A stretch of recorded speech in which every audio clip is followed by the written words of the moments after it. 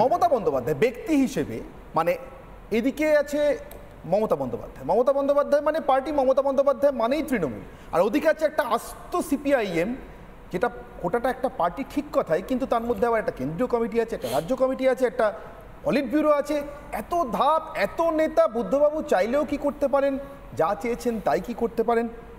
এই চর্চা একসময় ভীষণভাবে এই বাংলায় ছিল, ভীষণভাবে ছিল। পার্থপ্রতিমবাবু, আপনাদেরকে সব থেকে বেশি করে বোধহয় যেটা মোকাবিলা করতে হচ্ছে সেটা হচ্ছে ব্যক্তি মমতা একা পার্টি, সিপিআইএম একটা এত বড় পার্টি, তার আবার এত রকমের লবি, মানে যেরকম বেরোতো সংবাদ মাধ্যমে কেরল লবি, বাংলা লবি। অতএব মমতা চাইলেই একা চাইলেই হবে, সিপিএম কোনো একজন চাইলে হবে না। আজকে সেই মমতা একা পার্টি এই সিদ্ধান্তটা থেকে বা এই দাবিটা থেকে সরে আসতে চাইছেন কেন? আপনাদের কি মনে হয়? না দেখুন, আপনি যে কি বলবো যে মুখবন্ধটা প্লেস করলেন, তাহলে সিপিআইএম বা বামেরা হচ্ছে কালেকটিভ ডিসিশন যেগুলো নিত, আর মমতা বন্দ্যোপাধ্যায় ক্ষমতায় আসার পর একচ্ছত্রভাবে তিনি যেগুলো নিয়েছেন, এই দুটোর ফল মানুষ দেখেছেন। এদের 13 বছরের যে শাসন চলেছে, সেই শাসনের পর দুর্নীতি কাকে বলে এবং সেটা যে একটা প্রাতিষ্ঠানিক চেহারা পেতে পারে, এবং ওই মমতা বন্দ্যোপাধ্যায় যদি শেষ কথা হন, তাহলে দুর্নীতি প্রশ্ন হচ্ছে যে তিনি শেষ কি বলবো কনসেন্টটা দিয়েছিলেন কিনা, এই প্রশ্ন তো আসবে। ফলে এবার কিন্তু আপনাদের দলের এই তথাকথিত কালেকটিভ ডিসিশনে হাজারদুয়ারিতে কিন্তু অনেক ভালো ডিসিশন হারিয়ে গেছে। আমি একটা কথা বলতে পারি, নির্মলাবাবু খুব ভালোভাবে মনে থাকবে, পোকা নামে একটা বিল, ওটার সূর্যের মুখ দেখেনি, যাতে যাতে যাতে খুব অদ্ভুতভাবে বুদ্ধদেব ভট্টাচার্য এবং লালকৃষ্ণ আদবানি সহমত ছিলেন। এনিওয়েজ, কিন্তু আমি বলছি আপনারা ওয়ার্স্ট সাফারার মমতা বন্দ্যোপাধ্যায়ের এই ব্যক্তি ইমেজের কাছে আজকে তিনি সরতে চাইছেন, দল থেকে নিজেকে আলাদা করতে চাইছেন।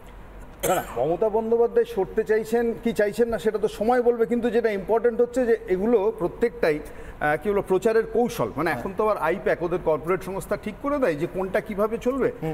আমার নিজের মনে হয়েছে যে সে জায়গায় সম্ভবত শেলফ লাইফ বলতে যা বোঝায় যে কোনো একটা বিজ্ঞাপনের, সেটা শেষ হতে চলেছে। অর্থাৎ 294টা কেন্দ্রে তিনিই মুখ, এইটা সম্ভবত তৃণমূল কংগ্রেস হচ্ছে যে যখন তার শেষ অবস্থানে পৌঁছায়, অর্থাৎ কর্নার হয়, তখন হচ্ছে ব্যবহার করে। ফলে 2024-এর লোকসভা ডিক্লাইন, হ্যাঁ আমি বললাম যে সেটা ডিক্লাইন করছে বলে যেতে হচ্ছে, কারণ দেখবেন ডিক্লাইন যখন করে প্রত্যেকটা বিজ্ঞাপন সরে যায়। যেমন এগিয়ে বাংলা, দেখবেন শিল্প সম্মেলনের আগে এই ব্র্যান্ডিংটা আসে, শিল্প সম্মেলন যে 3টে ফেল করে গেল তারপরে সেটা চলে যায়। সততার প্রতীক, এটা যেই নারদা সারদা এগুলো আসলো তারপরে ওইটা চলে গেল। আপনি যদি বলেন যে বাংলা তার নিজের মেয়েকে চায়, 2021 সালে বিধানসভা নির্বাচনের স্লোগান ছিল, তারপরে যে পঞ্চায়েত ভোট হলো এবং তারপরে সন্দেশখালীতে যে পঞ্চায়েত মানুষ দেখতে পেলেন, সেখানে তো বুঝতে পারলেন যে তৃণমূলের নেতা কর্মীরা কেমন চায় বাংলার মেয়েদের। ফলে ওইটাও আবার সরে যাচ্ছে। ফলে সরে যেতে যেতে কোথায় যাবেন? দেওয়ালে তো একটা পিঠ ঠেকবে। কিন্তু একটা জিনিস ভাবুন, একটা জিনিস আমি জাস্ট আরেকবার ধরিয়ে দিচ্ছি আপনাকে, আরেকবার আমি এমনটা নয় যে আমি কোনো নির্দিষ্ট উত্তর চাইছি, কিন্তু আমি আপনাকে বারবার ধরিয়ে দিচ্ছি। ধরুন আপনি যে এত কিছু বললেন না, এই জোয়ার ভাটার মাঝখানেও, যাবতীয় নবজোয়ারের মাঝখানেও কখনো মমতা বন্দ্যোপাধ্যায় কেন পিছনে এই বিতর্কটার সামনে কিন্তু তৃণমূলকে আসতে হয়নি, বরঞ্চ এই বিতর্ক হয়েছে, এই নির্বাচনই হয়েছে, অভিষেক বন্দ্যোপাধ্যায়ের পোস্টার কেন অমুক কেন্দ্রে ব্যবহার হচ্ছে না?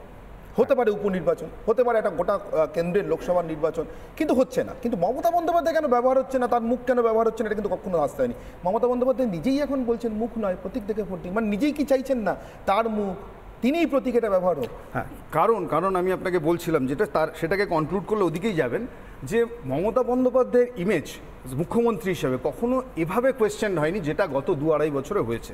আপনি যদি বিশেষত আমাদের রাজ্যে দুর্নীতির প্রশ্নে বলুন, আমাদের মহিলাদের প্রশ্নে বলুন, সন্দেশখালী এপিসোড যেটা হয়েছে, আপনার পঞ্চায়েত ভোট বলুন, গভর্নেন্স বলুন, এই প্রতিটা ক্ষেত্রেই হচ্ছে যে শেষমেশ যে মুখ্যমন্ত্রীর নির্দেশিত এতকাল সব হয়ে এসছে, মুখ্যমন্ত্রী 294টা কেন্দ্রের ভাগিদার এবং দাবিদার। ফলে যা ঘটেছে রাজ্য জুড়ে গত কয়েক বছরে, সেটা অনেকটাই এপাশ ওপাশ করে চলছিলেন, অর্থাৎ দায় ঠেলাঠালি রাজনীতি করে, যে দল জানতো না, নেতারা তলার দিকে চুরি করছেন, জট চুরি করছেন, ফলে পার্থবাবুর মতো লোকেরা চলে গেছে জেলে। কিন্তু কার্যত দেখা যাচ্ছে ওই ক্যাম্পেইনটা কেন আস্তে আস্তে জ্যোতিপ্রিয়বাবু, পার্থ চট্টোপাধ্যায়, মানিক ভট্টাচার্য, এরকম যে সংখ্যাটা বাড়ছে ক্রমশ দুর্নীতির জালে, তাতে এই যে ক্লিন ইমেজ বলতে যা বোঝাচ্ছিল যে একটা সরকার চালানোর মধ্যে দিয়ে একটা রাজ্যের মুখ্যমন্ত্রীর, that has been severely question. এবং সেখানে দাঁড়িয়েই হচ্ছে যে আমার নিজের মনে হচ্ছে কোথাও এখন তিনি বা তারা এটা চাইছেন ওই আইপ্যাকের নির্দেশেই সম্ভবত যে 2026 হচ্ছে ওনাদের শেষ লড়াই। ফলে 24-এ হচ্ছে যে আপাতত গুটিয়ে রাখো, ফলে ওই ব্রহ্মাস্ত্রটা প্রয়োগ করো না, কারণ বারবার প্রয়োগ করলে ওটা নষ্ট হবে। সেই কারণের জন্যই এখন সিম্বলে ভোট, এখন হচ্ছে আর মুখ হতে চাইছেন না মমতা বন্দ্যোপাধ্যায়। তারা হাত তুলেছেন।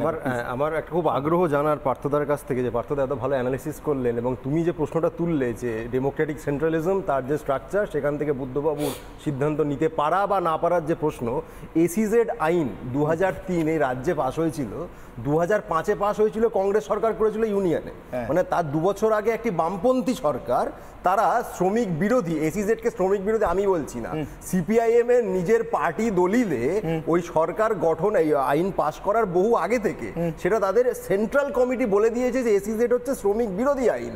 সেই ধরনের একটি আইন এই সরকার পাস যখন করাচ্ছে তখন তো আইপ্যাক আপনাদের ছিল না, সেটা ঠিক কাদের নির্দেশে বুদ্ধবাবু পাস করালেন যেখানে সেন্ট্রাল কমিটি বলেছে?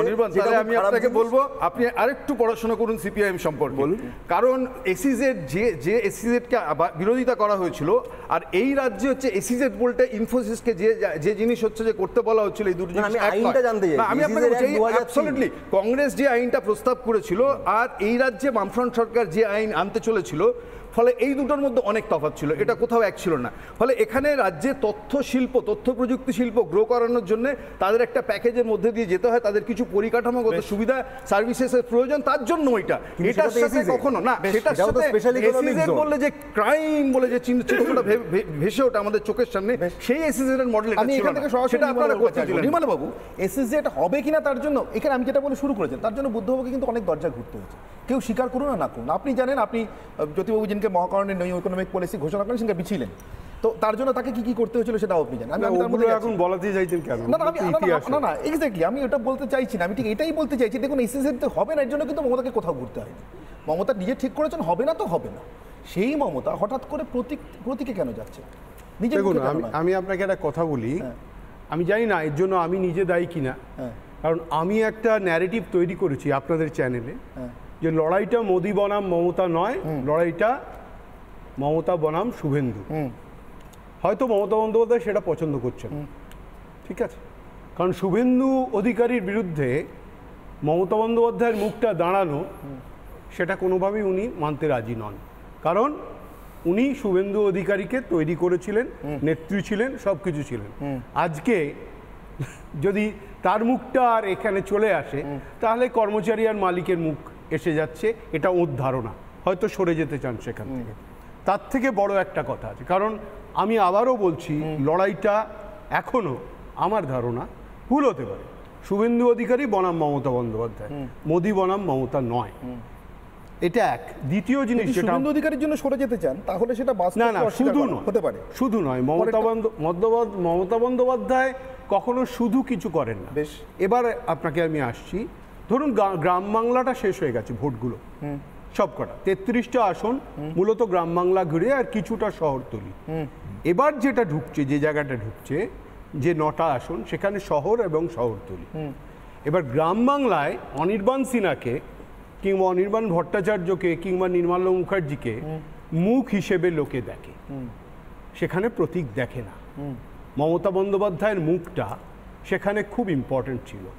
মমতা বন্দ্যোপাধ্যায় জানেন যে শহরে যখন আমি ঢুকবো, এই যে 9টা আসন, এই 9টা আসনের মধ্যে ধরুন 2টো জায়গায় দক্ষিণ 24 পরগনা আর কলকাতায় বিজেপি শূন্য পায় 2021-এর ভোটে। বেশ, ঠিক আছে, আমার একটা প্রশ্ন আছে আপনার কাছে, বলে নিন।